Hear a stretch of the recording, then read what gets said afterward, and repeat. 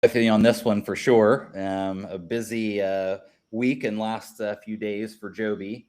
Some exciting things on the hopper. So I'm gonna throw in here what we'll kick off the conversation with, which was Joby starting to let things loose in Dubai and really doing something special. I think that people weren't expecting. I wasn't myself either. So let me get this link pulled up and we will get this conversation going.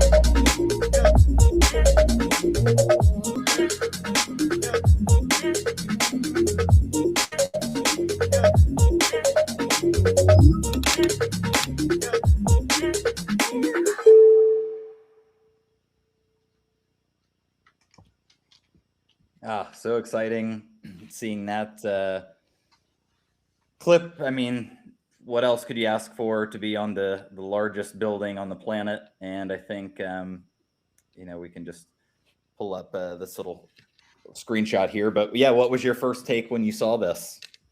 I posted it's Times Square squared. Wow. I can't imagine, like when you look at the moon and you decide to take a picture of a full moon or a sunset and then you look at what you got on your iPhone or device and you're just sort of disappointed.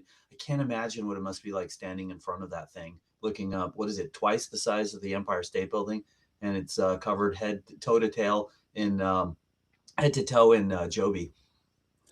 Yeah, it's we'll You close were that there, right? get to us. Yeah. So the interesting thing about that, and you saw from part of the video, is in the crowd, there was quite a few people in and around the Dubai Mall. So it in of itself is, the Burj Khalifa is obviously a landmark in and of itself, but there's a lot of things that happen in that mall. It's a massive complex. But two, speaking of just the size of that thing, you can't, until you're there, you really can't appreciate how large it is. And also, probably for a mile around it, because it's so large, all these apartments and real estate around face the Burj Khalifa. Obviously, it's a prominent picture in the skyline. And so there was a lot of people that didn't have to be at Dubai Mall to see that. They were just Oh, sitting on the wow. balcony. And so, thousands and thousands and thousands of people had the opportunity. And even if nothing more, they had never heard of Joby, but they can see that, it's essentially the biggest billboard that you could have. Maybe they pulled it up on their phone or they pulled it up on X. They saw it on Instagram now. I think it was a pinnacle moment for me, is that Joby wouldn't do that if things in Dubai weren't right around the corner. You wouldn't create that type of buzz Yeah. because obviously they already have the regulators on board. They just had Dubai Air Show.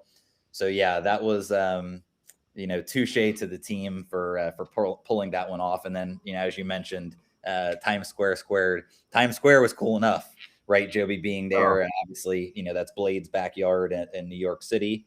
But yeah, some real momentum, Yeah, I think the other thought I had was just partnerships. It really shows the strength of the partnerships in New York. The New York Stock Exchange maybe helped facilitate that billboard piece, or maybe it was the New York. Who knows? How they did that. And then the Burj Khalifa seemed to be another partnership opportunity, as well as the RTA promotion that you've seen and we've talked about before. So. They didn't stop there though, did they? Yeah. No, they've, we spoke offline a second ago, but um, between Times Square being projection mapping on the Burj Khalifa, and then now with the Uber experience in and around the Super Bowl activities, you are pretty much a part of, seeing Joby be a part of the largest things happening on the planet, at this moment of time. And Uber is a partner with a lot of large sporting events that would be good for people to look up on their own. Uber is obviously, as a mobility partner, going to be integral and crucial for Joby long term, but also just the reach that they have globally. Uber, Uber is the verb. And so when you see, Joby kind of doing a fun little thing with the vehicles being wrapped in Joby kind of a livery, I guess, so to speak, of the S4, but also, doing some type of kind of unique AR, I guess, thing, with the phones, etc. Pretty exciting to see that Joby is, continuing to ramp up the marketing. I still flash back to last February, just 1 year ago. Joby hadn't had any announcements for a couple months, and people were, not knowing what was going on. Joby works in silence, similar to the S4, but now, the work is starting to be loud and quite prominent in a global scale. So pretty Yeah. exciting. The other interesting part about it too is we're seeing a shift from proving the aircraft to putting sort of the demand side of it, or speaking to normal folks, not just like aviation nerds like us. Or it's kind of cool to show it as, hey, you can book the app. This is how you can commute. This is how you can save time. When you look at the new branding on the Joby website and all the imagery, it's a lifestyle, so it starts to really feel like marketing a product, and not talking about fail safe testing and redundancy of motors and batteries, and all the stuff that, if you've been following Joby for a really long time, you get really deep into it and you start to have all these John Wagner videos saved and played over and over. But now it's the product, now it's to the consumer, and it feels exciting because it feels like there are things that are happening faster and might be coming sooner than we really realize, even though it's a long game. Yeah, no, I think I'm just gonna post the video here. Hopefully, we can get some more people to see this, because I think it's, this is a special time and a great moment. But to your point, it's kind of, yeah, people have heard of Airbus or Boeing, but they're not aviation nerds. They don't have the time to know what, plane they're flying on, or what, model it is, or any cool features or anything. They just want to know, how quick can I get to my destination? Hey, is the airplane food not as bad as quote unquote typical airplane food? um, and how quickly and seamlessly can I get into and out of the airport? um, am I going to have to wait in line for picking up an Uber, or this, that, and the other outside? So I think that's an important piece, right? Is Joby, the engineering piece is, we're buttoned up, and uh, we've been following this for so long that I think it kind of, that's been the focus. And so that's what we've, obsessed over. But we are getting into the commercial side, right? It's about to be the moment where certification just becomes a really expensive piece of paper, as I like to say, and commercial ops and manufacturing enough aircraft to actually, fill the seats with these people looking at these advertisements around the world is most important. And maybe that kind of leads us into the Joby brand and the identity, but then also Vertiports, because that's going to be a humongous piece of the puzzle as scaling around. Joby doesn't need runways. Runways are not required for the S4, which is unique to them. And so the infrastructure piece is really the next build out, and hopefully we can have Mr. Mack join us, because that's area of expertise that he knows. I know he's out snowboarding, I think, from some of his posts this weekend, a little R&R with the family. But yeah, let's maybe touch a little bit more on the brand side, but then we can get to the Vertiports, because you found some really interesting stuff that I don't think a lot of people have seen on that topic. So let me pull this up here. And just as I'm loading this, I mean, anything jump out to you on the branding side that in particular their work with Tiny Wins? I thought it was great that it wasn't just the marketing itself. There was also a couple little tidbits, one of which that you found in a quick screenshot within that video. Joby is they are pretty clever with how they release the information, and the people who are paying attention to the details find it. But yeah, just curious your thoughts while I cue this up. I feel if we were different people, we would say if we get to 500 viewers, we'll reveal that little tidbit. But do you want to talk? Should we talk about it? Yeah, I Yeah. think So you found it. yeah. It's So important. I'll just set it up with you asked about the brand, the overall reaction. I was surprised. I didn't think they had this stylish, kind of influencer based branding element in their back pocket. These are engineers, right? And there was a lot of frustration with Joby maybe a year ago about marketing. And so kudos to the marketing team. They've done a phenomenal job. We saw the open positions get filled. The people who filled those spots have obviously earned their pay. The brand to me, it looks excellent. It's simple, it's clean. It seems to feature the right things.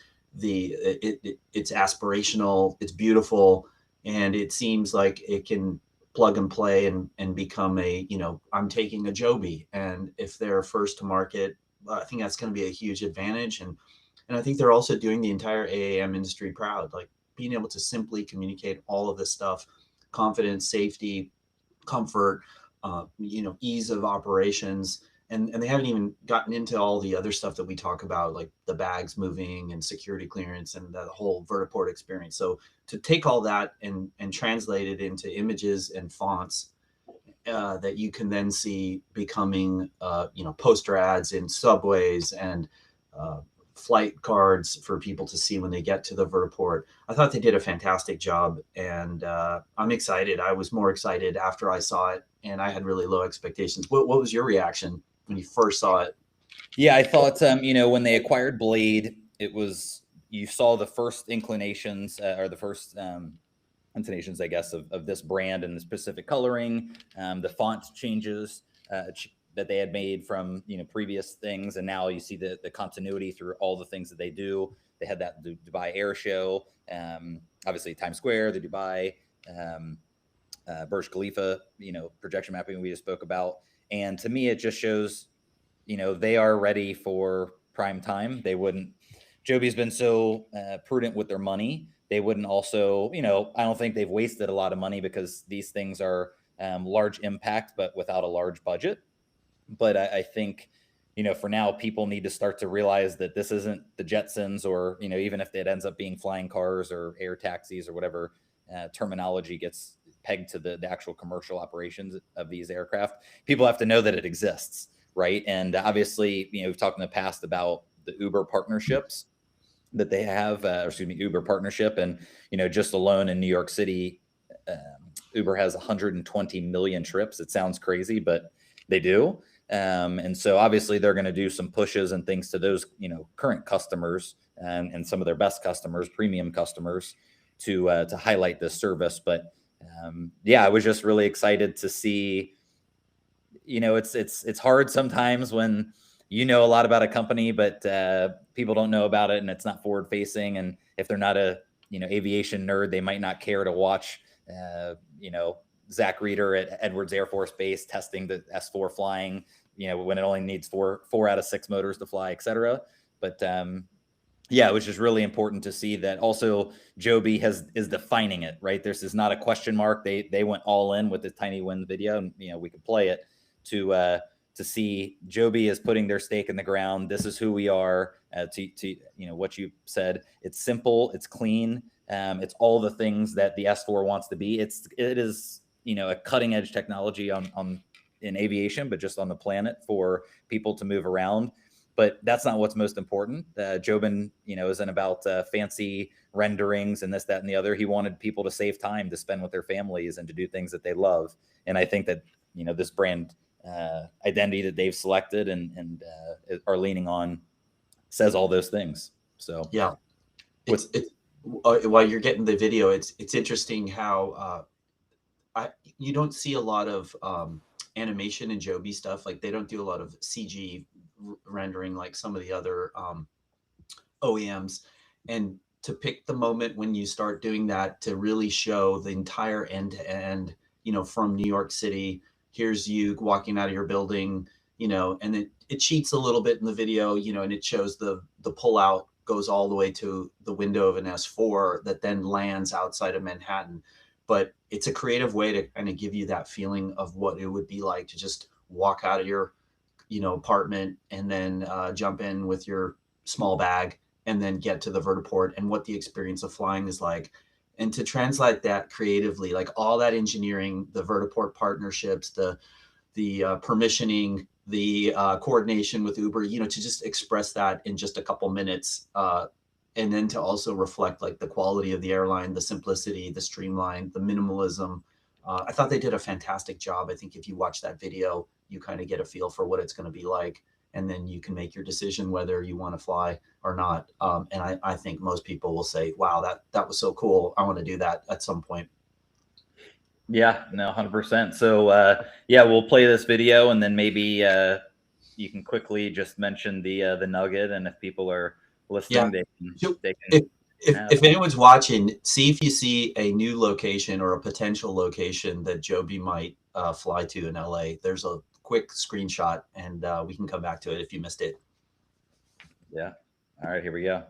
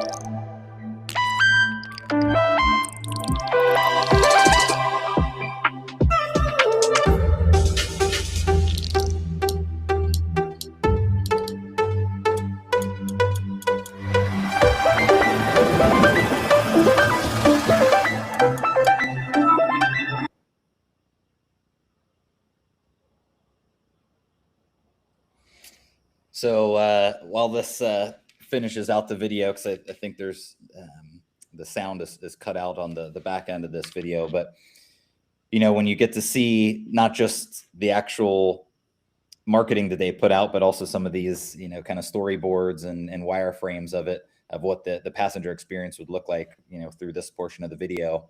Again, it leans on Joby isn't just trying to start to think about these things. They are, well into the plan so far. And so I'll play this video in the background just without sound, so people have it there. But maybe you want to touch on the little nugget that you found. Yeah. So there seems to be a new vertiport location, and Travis, you helped kind of pinpoint maybe that it's Newport Beach, and it just flashes across the screen. So that would be very exciting if you live in LA and that ends up coming to fruition. Um, and then I just there you go. Yeah, NPB. Interesting, right? Do you want to riff on that with former Blade route experience knowledge? Yeah, I mean, I would just, yeah, it's funny there. If you look through the rest of the video, everywhere else is known. And obviously, that's a public facing piece of marketing that they put out. So it's on purpose, and details matter. And it's a very quick snippet, but, eagle eyes, you saw it there. And, I would just say, for the Southern California area. If anybody looks up on Google Maps or anything else that you have, FlightAware, ADSB, etc., you can see that if NPB happened to be Newport Beach, we don't know that, right? from LAX, but if you're flying, let's say, a Joby S4 from the Delta terminal, and you look around that area, those initials are curious, let's just say. Seems pretty straightforward. But also, I would tell people to look up down there, if there's an airport, because Joby doesn't need a runway to land. And if you do look it up, you'll find that there is not an airport there. And so, we had the Metropolis deal with Joby mentioned, just last month or two, about some different locations that they're hoping to build out. And obviously, Metropolis has thousands that they work with, potential landing facilities out of the thousands of parking locations that they have. But yeah, I think it's just speaks to, again, with eIPP on the horizon, which we'll touch on towards the end of things here. But vertiports are going to be so crucial to this. Current airport infrastructure obviously is easy. It's plug and play. But to really bring the promise of this technology and what Joby wants to do is save people time. I mean, there's no sense to fly in the air to beat traffic to go to an airport that you still have to take an Uber 25 or 30 minutes to your home or to wherever that you're going. It's not a huge, there's really no time savings with that.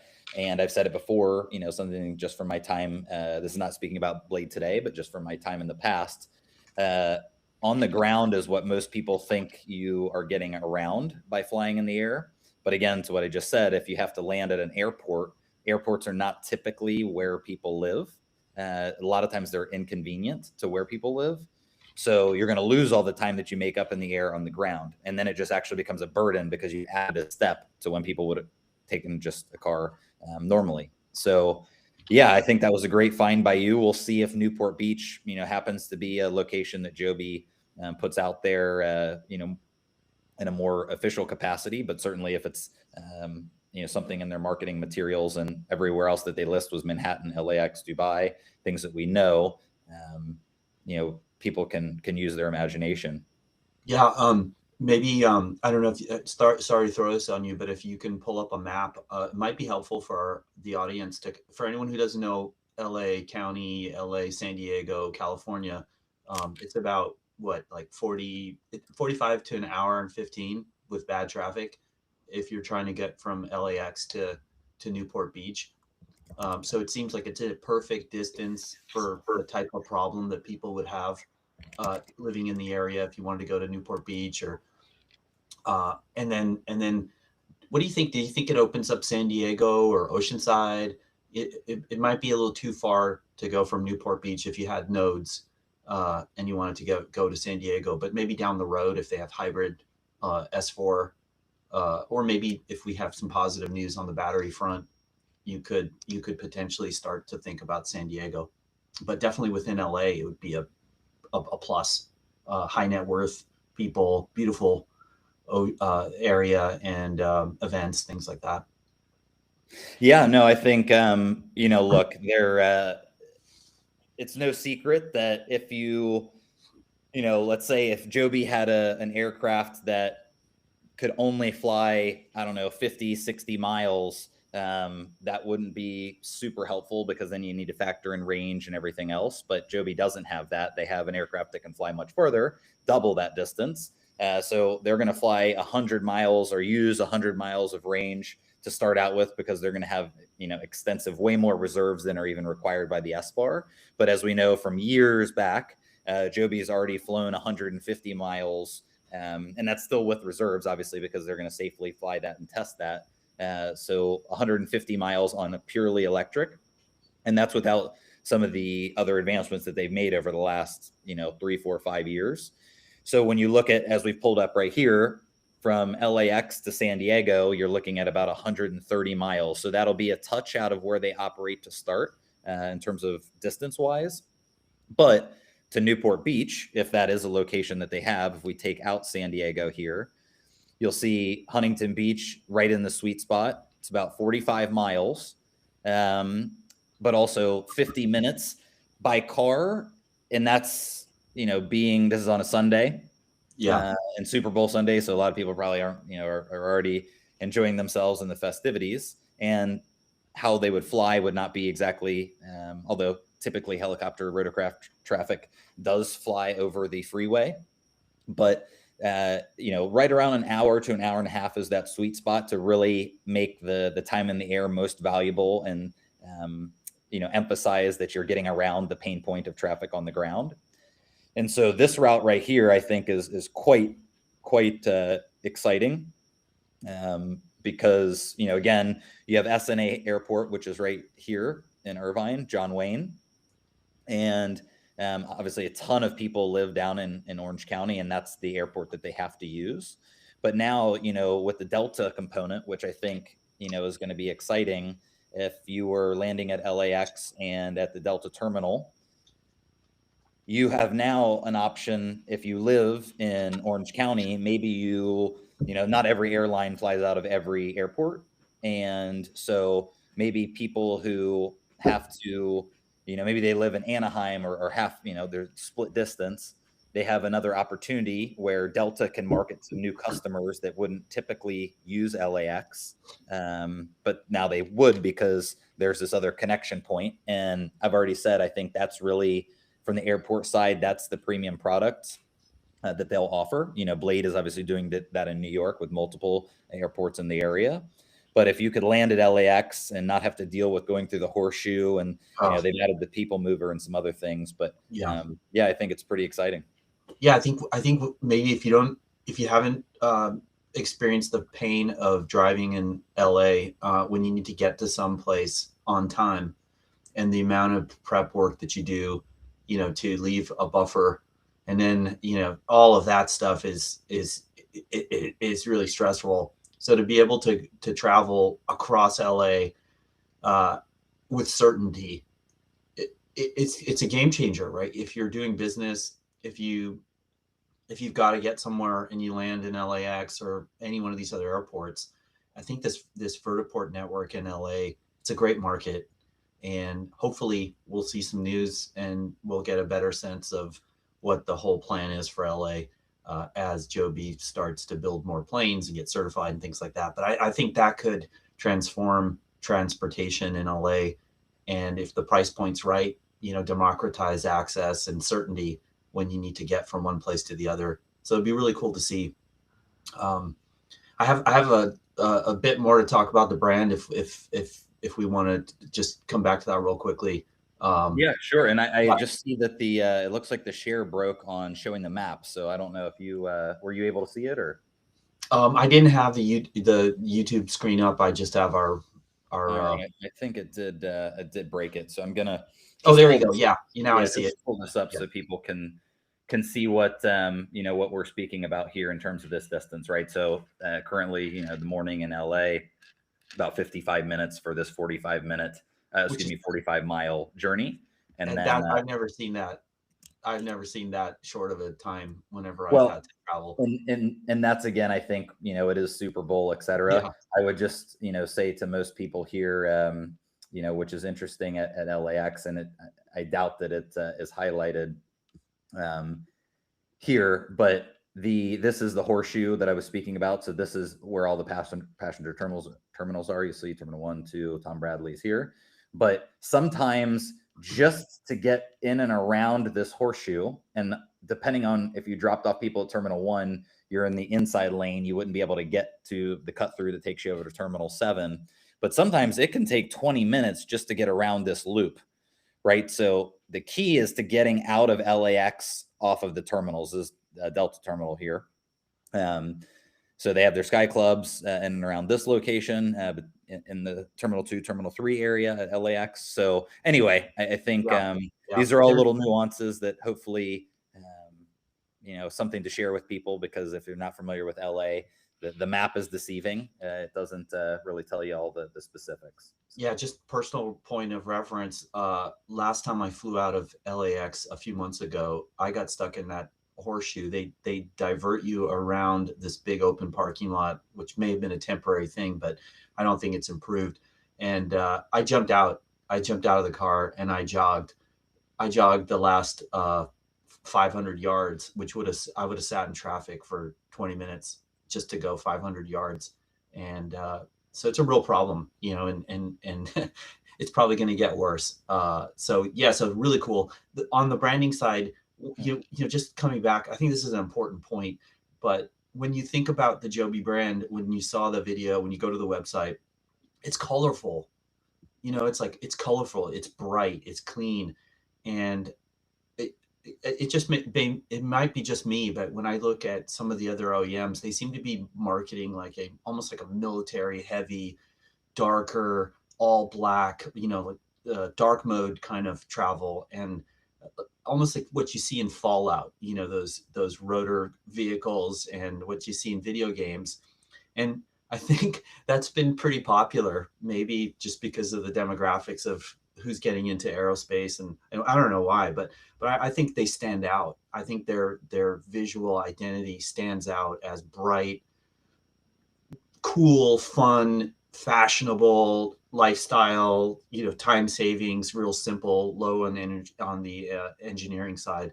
So it's kind of nice to see them cutting through to the end consumer, and maybe they've got that dialed in perfectly, and more people are going to want to use it because of that. It seems lighter, brighter, more fun. Let's fly versus this sort of big, heavy military flight that you're on. I don't know. Did you have a reaction to that, or am I Yeah, am I just kind of zeroing in on something for me, but not for a lot of people? no, I think it's it is an important aspect of outside of hopefully very soon, Joby is no longer just some thing that people see as a stock. We don't talk about the stock; we talk about the company. Obviously, the stock is underneath all that, but this is about the company. And at the end of the day, people don't love. People might love Tesla because of the stock and what they've got out of it, but they also love it because the cars are really impactful. As much as people might not like the founder of Tesla or whatever it is, it's undeniable that those cars are beautiful and an experience when you get inside of them. And just like every other you know company that has become large and consumer facing, it needs to be accessible. And I think at the end of the day, something I've seen at some of these Joby when Joby has a presence at an air show or other things like that, is you see families around it, right? You see parents with their kids. Kids are excited. You would think that people, because most people have not flown in a helicopter. Some people are still afraid to fly in a plane, and I honestly have not heard somebody question the safety of it. It doesn't look scary to them. It looks very welcoming. And to your point, Joby has a military side, but that doesn't need to be the face of their brand. This is about saving people time and connecting people. And I think the brand identity itself speaks to that. And also it's accessible, but it's also inviting. Like you said, it's colorful. It draws your attention. It doesn't have to be on the side of the Burj Khalifa to draw your attention, but those are some of the things I think are really important about the brand. So, but with that, I think we've touched on that enough, and the proof is in what people can see. So from, again, Times Square to their UberX experience in and around Super Bowl activities, and then on the side of the world's tallest building, Joby is making waves with, again, many of their partners, and I think there's probably more of that to come. But if we kind of shift gears to Vertiports, you found a couple of cool things that I think have maybe off the beaten path of what people have seen, and we can touch base on that. So I'm going to pull this up here, and I'll let you kind of lead the way on these. Yeah, so you're starting with the Florida news. So out of the Senate committee, we saw some news coming out from Florida. Florida's been pretty progressive in their thinking. You've got the governor, the DeSantis, talking about using eVTOLs to lead and solve some traffic congestion problems along different corridors of traffic. And so I think it'll be interesting to see how that translates to eIPP. We know that Joby has referenced that they are involved in a bid for Florida.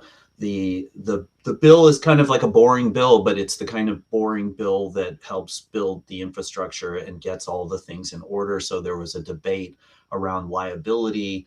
Do you get liability if you build a vertiport in other places in Florida. And so it was great to see. It was just, all the major blocking and tackling that you need to do, tax breaks, incentives, things like that. Like, what would the Florida Department of Transportation fund, whether there be costs for some of the vertiports. So all of that detail is being laid down so that then, operators can come in and plug and play and not have to deal with a lot of regulation. So streamlining some of the things that, you'd need to do to get funding or electrical work or training and things like that.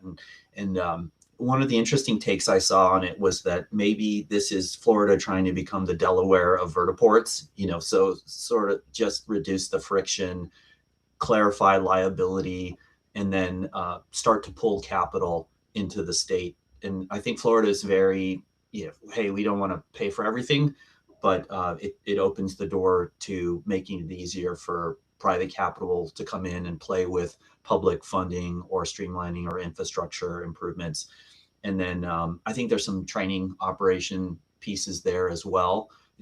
A lot of these eIPP projects seem to really stress like testing environments or testing ranges. And I feel like we have like 5 or 6 of those. It seems like there are places in Ohio. There's a new place in Florida that came in through that last Senate bill last year or the year before. So it feels like, okay, we've got plenty of places to try these things out. When can we actually put them into place? And I think Florida is doing the groundwork to be able to do that. I think California is following, or maybe is more quiet about that. Texas is doing that work too.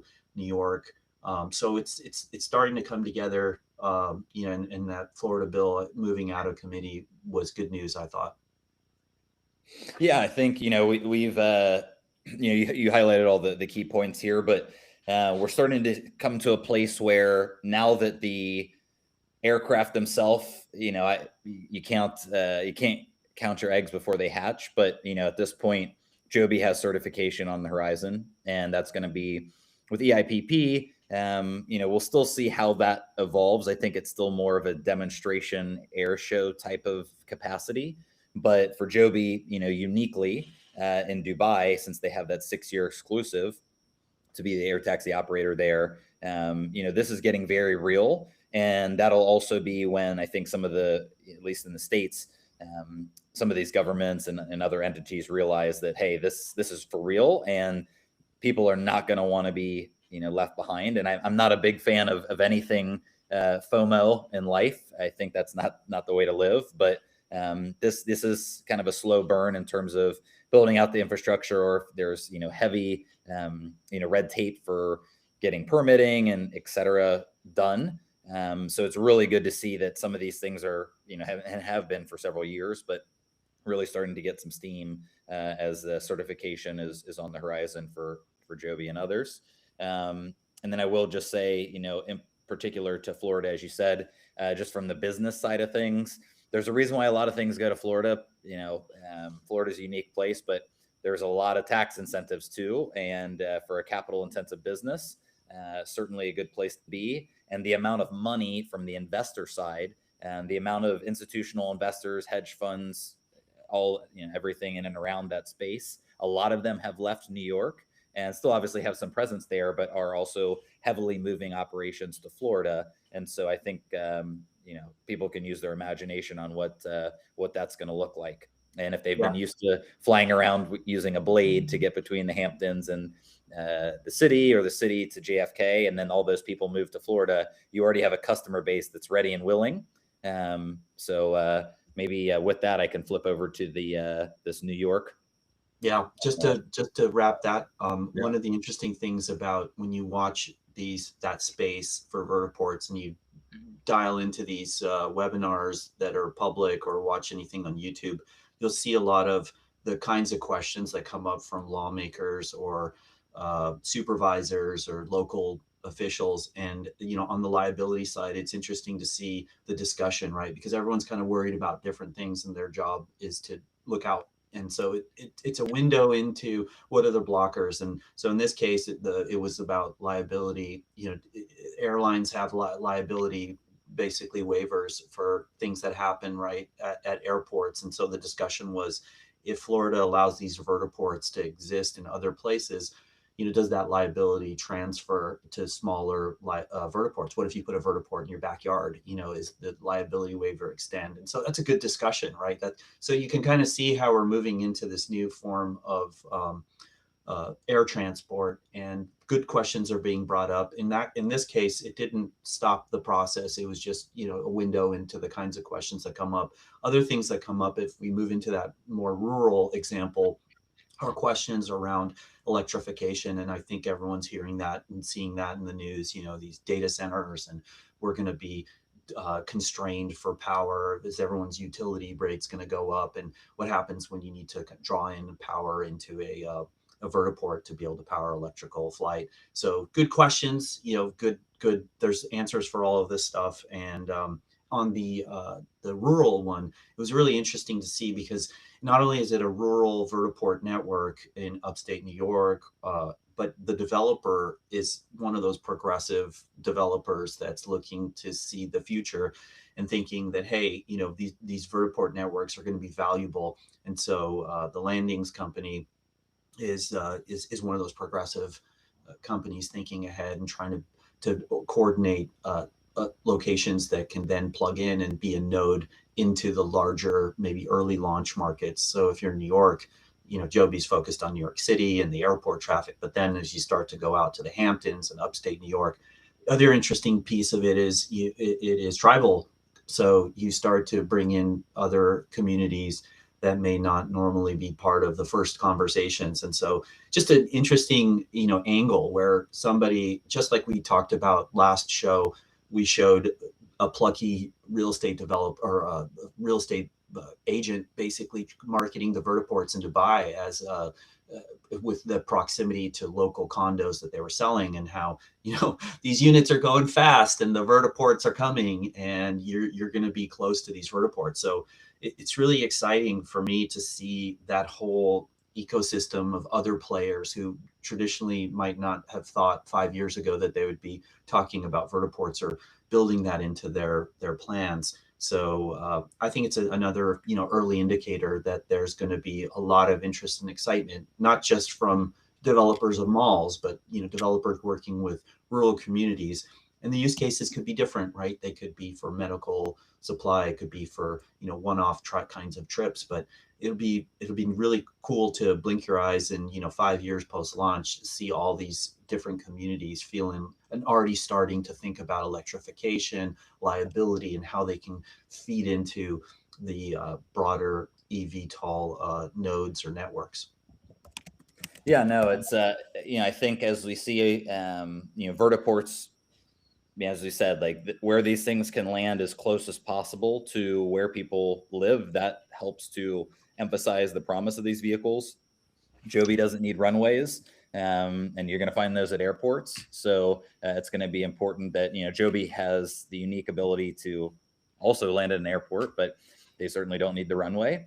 But also some of these other communities, and I think something that you highlighted, which is a good point here, in particular to upstate New York, is some of these communities are on tribal lands. And something that I remember as I read the eIPP, the full executive order, right? A lot of people I think probably know about it because of little clips or screenshots or whatnot. But if you actually read through the executive order line by line, the details matter, and they explicitly called out tribal lands or tribal communities within that as, again, eIPP.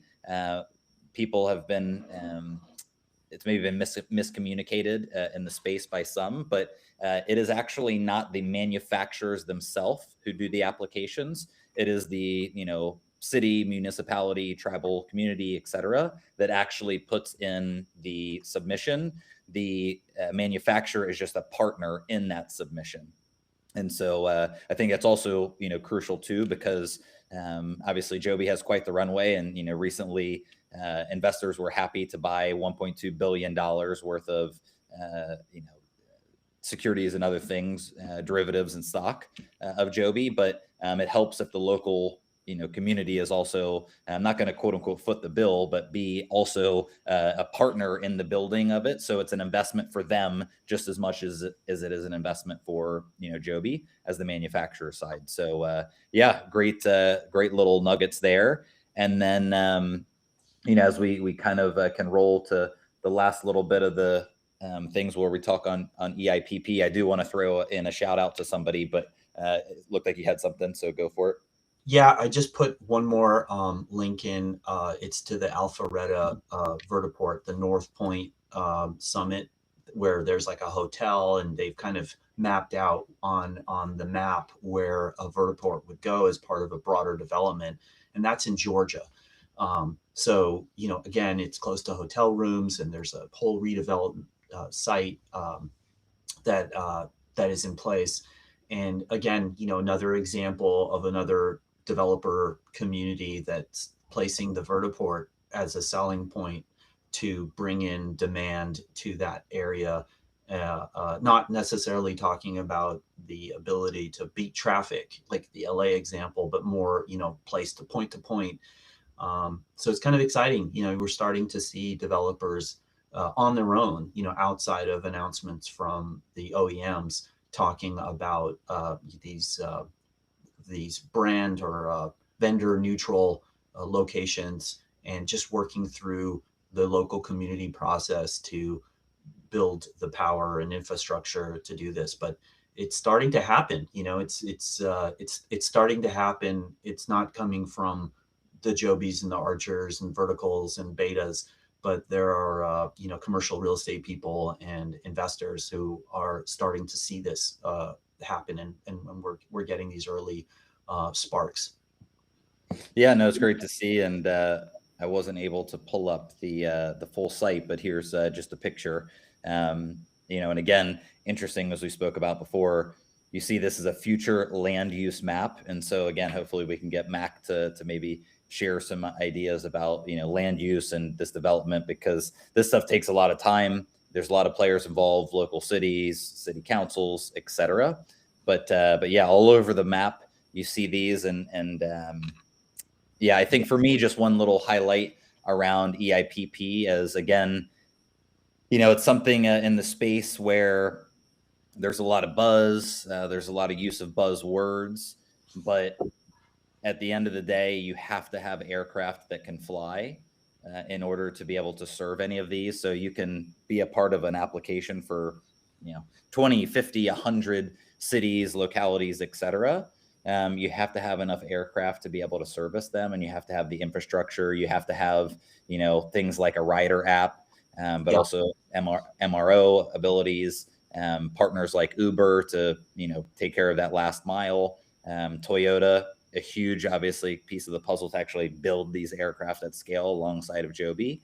And I think that's what's important for eIPP. The buzz of how many cities you list in and around the manufacturers, it doesn't really matter. You could have 100 partners if you have one plane that kind of flies. It's less impactful than obviously Joby has a fleet of 6 aircraft, and they're building 5 more of the conforming version. But yeah, no, really cool to see these. It's not LA necessarily, it's not New York, it's not the ones that everybody's heard about, or some of the other cities in Florida outside of Miami or Orlando and things that are also getting serious about this. It all stacks to your point. You don't hear of any other OEM that talks about that last mile integration with a partner. It's just sort of assumed. Joby actually shows you that the activation in San Jose with Uber, the partnership piece is real, right? So I think that's going to be an issue for people when we talk about that. We get really geeky and get into the how it helps the pilot know who's coming, how many bags, and it's fully integrated into the Joby software. So, but from a consumer perspective, that there's a product that's already been like coordinated, and all those handoffs are built in, and the partnerships are real. Uber is activating for Joby at the Super Bowl in San Jose. So, and we know the history of Joby, acquiring the Uber Elevate team and the software, and they've been working on it for multiple years. So that's really cool. It's really great to see that stacking on top of developers who, there's a quote in the article, one of the articles, it talks about how if you're not on the map now, you're already behind. That might be hyperbole or, good sort of real estate sales pitch, but it seems like we've seen a couple instances of that line being used. And so there's some value there, that there's a problem that can be solved, and real estate developers are starting to see the solution in these eVTOLs. So it's really cool to see it stack on top of each other. And like you said, the ramping of manufacturing that Joby signaled with their raise, with in the raise language, it was to scale manufacturing. The references to having 4 more conforming planes right behind the one that we're waiting for, and then the ability in Marina to get to 4 planes per month, and then the purchase of the ready to go facility in Dayton where they can ramp that up, really speaks to how they're just stacking one thing on top of the other to the benefit of the consumer, who then can just see the simple imagery, branding, the use case, the app, and then just get from point A to point B. It's a lot harder if you don't have everything stacked up and integrated, and you don't have real true partnerships where there's investment and excitement. This thing won't work as well as everyone would hope for. And I think that's key to those first impressions, being able to just get from A to B and have a great experience. And I think we're seeing Joby start to flex its partnership muscles and engineering muscles and branding muscles. So it's really, really fun to see if you've been following Joby for a long time. And then that's exciting other people to want to be part of this. Yeah, no, I mean, this is the foundation of the house is going to be extremely solid. That's what Joby's been building over the last 16 plus years, and exciting to see what that looks like. So if I can, we'll kind of shift here to eIPP and an interesting video that we had from one of Joby's key team members, excuse me, on that front. But first, I wanted to give a little shout out here to Bonnie Simi, and then this is also Cody Cleverly. But these were the 2 individuals who helped to found or were the founders of JetBlue Ventures. And when you think of that long-term thinking, that is something, Bonnie, thank goodness on so many fronts for her, and Jobin to have that, fateful encounter where, Bonnie was on a hike. Jobin happened to be on a hike at the same time. Bonnie was trying to find Joby back in the stealth days, and the rest is history. But just a great thing for Bonnie to be celebrated. She's quite the celebrated individual, broadly. But just wanted to throw that piece of things up before we got over to the clip from Ryan from Joby. So while I pull that up, if you want to kind of give some context. Yeah. So so this is my favorite kind of signal. It's about the people, the leadership, the culture, and essentially here was a former employer celebrating. If you worked at a company, I mean, think about it. How many times would you look at a former employer and 10 years after you launched a program, they thought so highly of it that they invited you back to thank you, and to show off, how well the program is working, and more importantly, like the people that actually went through the program. It's like a really great thing that Joby, the JetBlue Scholars Program and sponsorship, what that does. So to me, it speaks highly to the quality of the people that were there. The lineage back to JetBlue from the early Bonnie days of investing in Joby and bumping into them, right? Like randomly. I think you know that story better than anyone. But you don't see that often, and so I look for those little signals of quality and strength, and that came through. Yeah, and I think something that one takeaway that I from watching the history of Joby, and Bonnie has been such a huge part of that, and she deserves so much credit because she also bridged the gap with Jim Adler at Toyota to invest in Joby. Worked out that deal in the end. But I think what you highlighted here about the JetBlue Scholars, program honoring Bonnie, Cody here as well, but in particular to Bonnie. Bonnie is loyal, and loyalty is so important because she is invested in the long-term, story and also development and success of the program. And so, you can kind of see where things are headed. Bonnie is the head of operations, president of operations, commercial pilot herself, amongst the litany of other incredible feats that she's done. But I think the loyalty that she's had, speaks volumes to the culture that is at Joby, but also that Jobin's built. So yeah, without her, who knows what things would look like. So thankful for that. And as we kind of wrap here, the last 5 or 10 minutes, I will switch over to this other component of things, which is where we look toward. We keep hearing about eIPP. We know that the applications have been put out. We spoke about a few of the unique vertiports here, but also there's some other components that are important as we look into. For the end of February, typically is when we're going to get the Q4 end of year earnings call.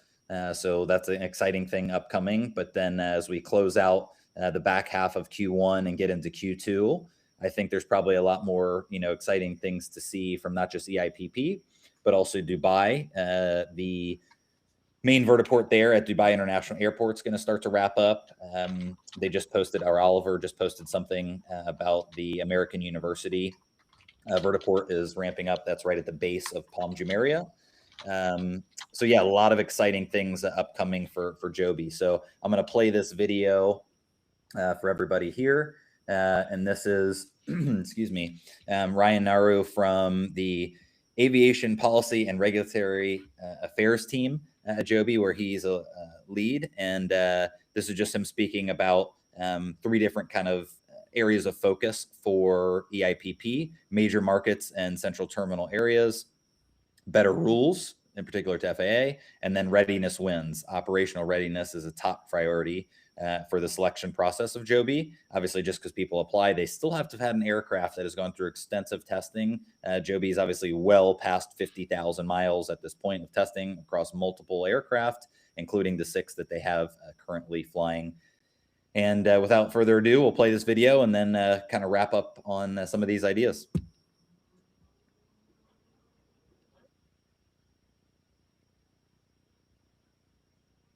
Oh, the audio is not playing. What's that? I didn't hear the audio. I don't know if it's playing through for. All right. Yeah, let me refresh this real quick. Easy enough. All right. Hi, I'm Ryan Naru, and I'm the Aviation Policy and Regulatory Affairs Lead here at Joby Aviation. There's 3 things that I want you to take away from the eIPP program. Number 1, markets across the U.S., major markets with significant opportunity, have been submitting applications that we're really excited to have taken part in. This includes operations to central terminal areas at major airports in cities like New York, Los Angeles, Dallas, Orlando. In addition, we see that there's a lot of FAA interest in improving on the SFAR that was issued just a few years ago. So more efficient pilot qualification, more efficient operational rules, enabling this industry here in the United States to take off. And number 3, operational readiness is placed at the highest level of priority when it comes to successful applications. And therefore, those that we believe Joby is supporting are those that are the most likely to be selected. We've got the right people, the right aircraft, and the operational readiness to make this program a success in markets across the country. We'll see you in the skies. Well said, Ryan. Well said. So anyway, I will leave up this post just because there's a few things so people can check that out. But yeah, what are as we heard some of those key things that Ryan's been key member working alongside of Greg there. Working through all the regulatory components. And this has been a long process that they've been working on for years and years. So they deserve all sorts of flowers for their work. But yeah, eIPP is what, in the States at least, is going to be kind of the coming out party for the advanced air mobility sector as a whole, but in particular, Joby as a leader there. So what are you most excited about? Yeah, maybe we can break it down into the three parts that he talked about, and we just go one at a time, so it's not just one big blurb of thoughts. So he talked about major markets, and what I listened to was central terminals, and he listed New York, L.A., Dallas, and Orlando. So that's airports. Is that your read too? Like central terminals, like big airports, integration, doing demos, kind of figuring out the real meat of it, which is, New York City, JFK, LA, LAX, Dallas, uh, and Orlando. And those are all exciting. Those are all my wish list of places would be. Florida's ready to go. From the governor down to the Department of Transportation to legislation we talked about. Dallas, interesting opportunities there. LA, we've always thought would be a perfect market. We talked about maybe Newport Beach, the traffic issues, and then New York City seems like a no brainer with the chop the complaints around the increasing volume, literally volume of noise and traffic for those tourist flights that go around the island, and people seem to have an insatiable demand for. So if Joby's involved in those are the ones that I was hoping for. How about you? Yeah, I think it's important for those markets and the major airports. I think what's unique about that or interesting, my takeaway is it's actually much harder to operate, at least to start. And Joby's already done some simulations with FAA and NASA around the country in a couple of different markets. One in particular is the tail end of 2023, I believe, was the right year. But they did that out in Dallas, where they were doing up to 120 aircraft simulated flying in the airspace. But if you're going to be operating in and around LAX, if you're going to be operating, let's use the example because Joby is the only eVTOL that's flown in the New York City airspace. If you're going to fly around, you've got JFK, LaGuardia, Newark. That's complex. There's a lot of moving pieces, a lot of aircraft in the air, very delicate airspace, very protected airspace. So I think that's actually a really bullish sign, because if you're going to start there, then, if you're flying to a more rural space in upstate New York, right, for instance, as we spoke about, that's, small, a very small level of traffic comparatively. So that becomes quite easy from an operational sense, outside of obviously operating the aircraft and all the other nuances to actually do those day-to-day operations. But that's what I take away when I hear Ryan say that. And we knew those markets, right? I don't think it's anything as a surprise. But for me, the most exciting one I think was really number 3. But we don't have to skip to that here. Yeah, I mean, maybe we just jump into it because operational readiness at the highest level, or operational readiness, right? That really seemed very specific. That means you've got the integration with the software, the ride sharing, the towers, the plane can actually eVTOL, not CTOL. There's only one company right now that can do that, right? So if the criteria is who's ready to go. You saw Joby at the end of 2025 say, 2026, we're ready. And they seem to be, licking their lips to just get in and start to do the hard work of getting everyone sorted and ready to go. So it was great to see. And you pointed out they've already done that NASA simulation. I think LA and Dallas were the two markets that I remember seeing FAA/NASA work that seemed to come out, flying colors. We can do hundreds of these things. And, the simulations are really deep and detailed, right? Like they take all the traffic from an entire day and then they play it back. And the FAA has these facilities that replicate what the towers look like and all the activity during the day, and they just sort of model out whether these planes can kind of integrate. So exciting stuff, and again, I think another flex for Joby to say, hey, we're ready to go. We'll have the planes. We'll have some of the early work that we can build off of. So let's get after it. Yeah, it's for me, operational readiness has always been, look, this is not an app, right? Or just an app, right? This is not, some photo album app that they're making, or this is, real life aircraft flying real life people in real life airspace. It's not a joke. It's nothing to be taken lightly. You can't just, strap something together and put this up in the air and think that it's going to work. There's, as far as I'm concerned, outside of, going actually into space, people flying in aviation is the tip of the spear of what humans have collectively been able to figure out. I mean, we get into a plane and fly across the ocean and don't even, some people might have apprehensions about flying broadly, but you don't even think about it. And the level of sophistication and engineering and cooperation, regardless of what country people are from, what language they speak, like we all collectively come together. That's a very complex machine in operation. And so for Joby to say, operational, Ryan said it, quite clearly, operational readiness is going to be the biggest factor in the selection process, right? It's not something that you can buy to get into the eIPP. You actually have to show your work. You can't just skip till the end. And so I think for me, that's a pretty telling sign for what's ahead for Joby. And, as people look at eIPP, we talked about it before, I don't think it's going to be, so broad. I think it'll be kind of more of an air show type of situation. Expo 2025 in Osaka, I think, is really what that will look like, because we're going to get these things flying without passengers first for the EIP process. It's kind of been built into the language that they could have passengers, but if anything, it's going to be really, I think, cargo that's highlighted maybe for some of these rural communities that get their applications in. But that's my take on hearing Ryan say that about operational readiness. Yeah, I mean, we take it for granted, like those air shows, like, it's no big deal. Osaka, Salinas, or Watsonville. I forget where that, where Joby flew from one airport to the other, piloted, did a hover, and then went back. It seems like, oh, okay, everyone can do that. Everyone can't do that.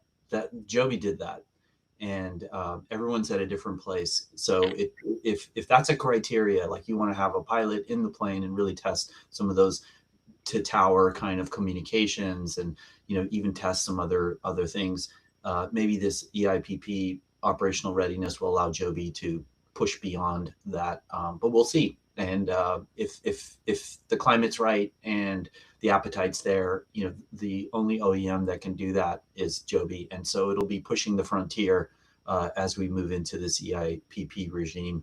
And it'd be great if there's others that can do that as well. But right now, it doesn't seem like the other OEMs are in a place, even Wisk, even Beta, that have big backers, even Archer, doesn't seem like they could do some of the things in terms of testing. So it'll be great if these things are really going to push the tempo.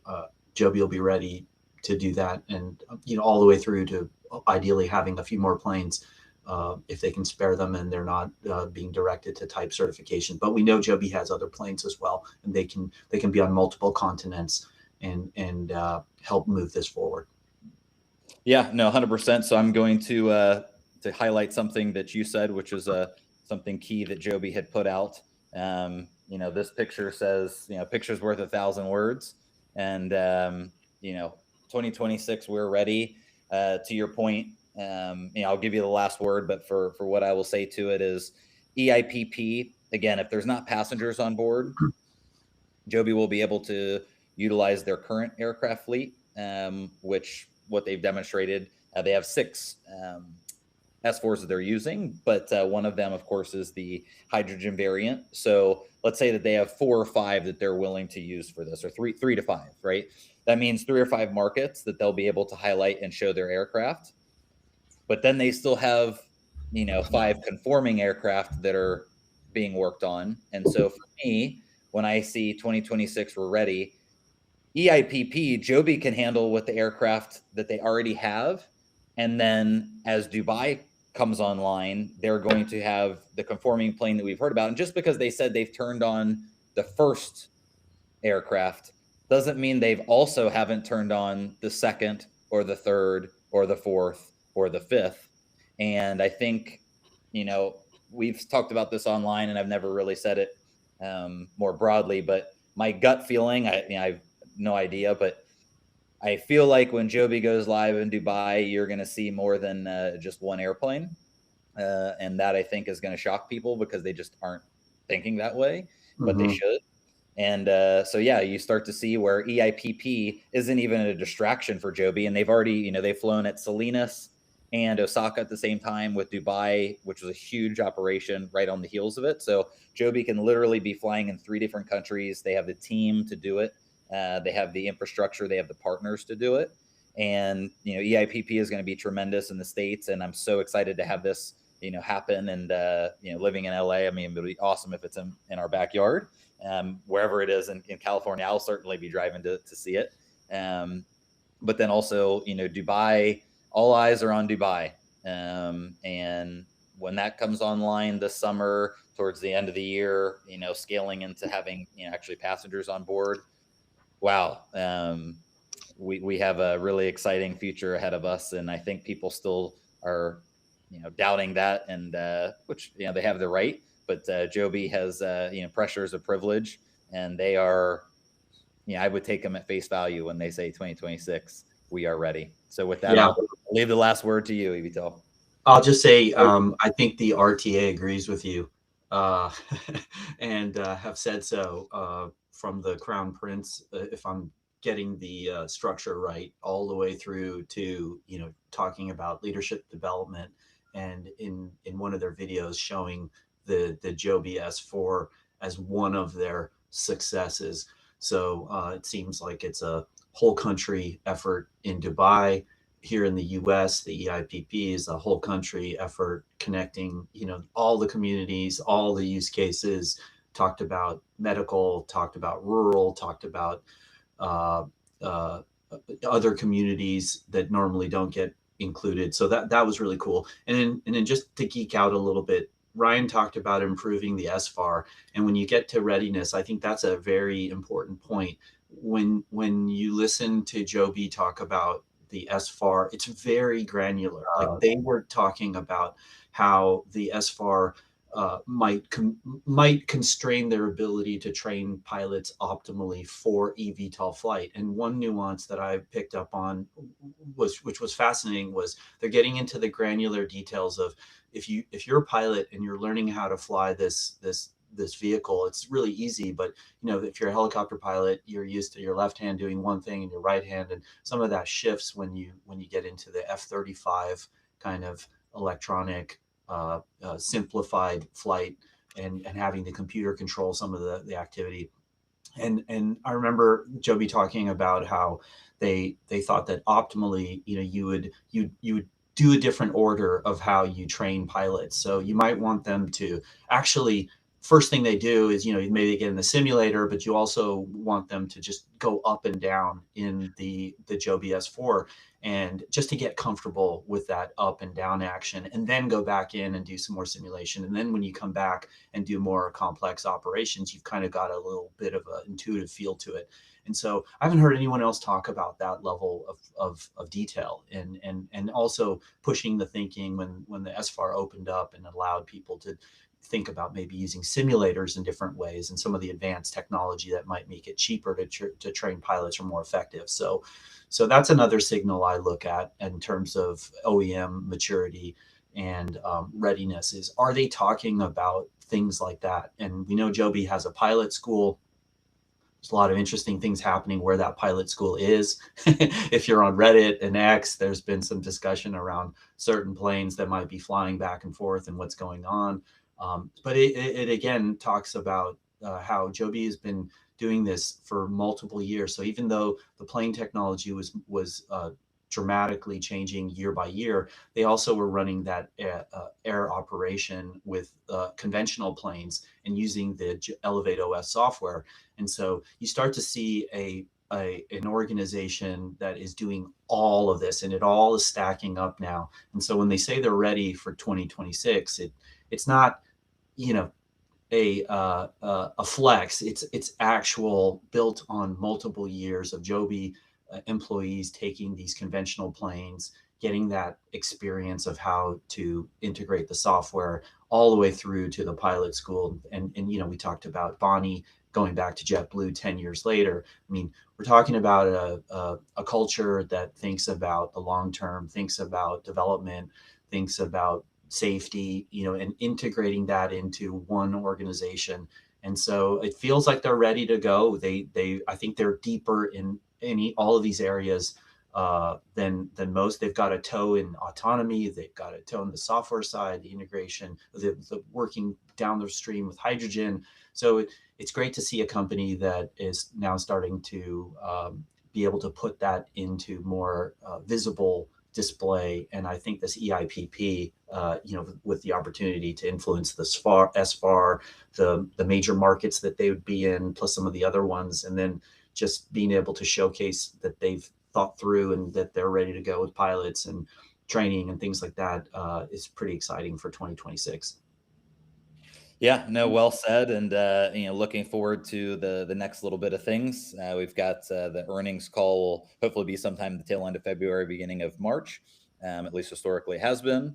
And then you know, as we get into Q2, we are nearing, I think, some really exciting news from the company and all the different things that they're getting involved in, as you just mentioned. So with that, another great conversation with you. Joby's giving us all sorts of things to talk about.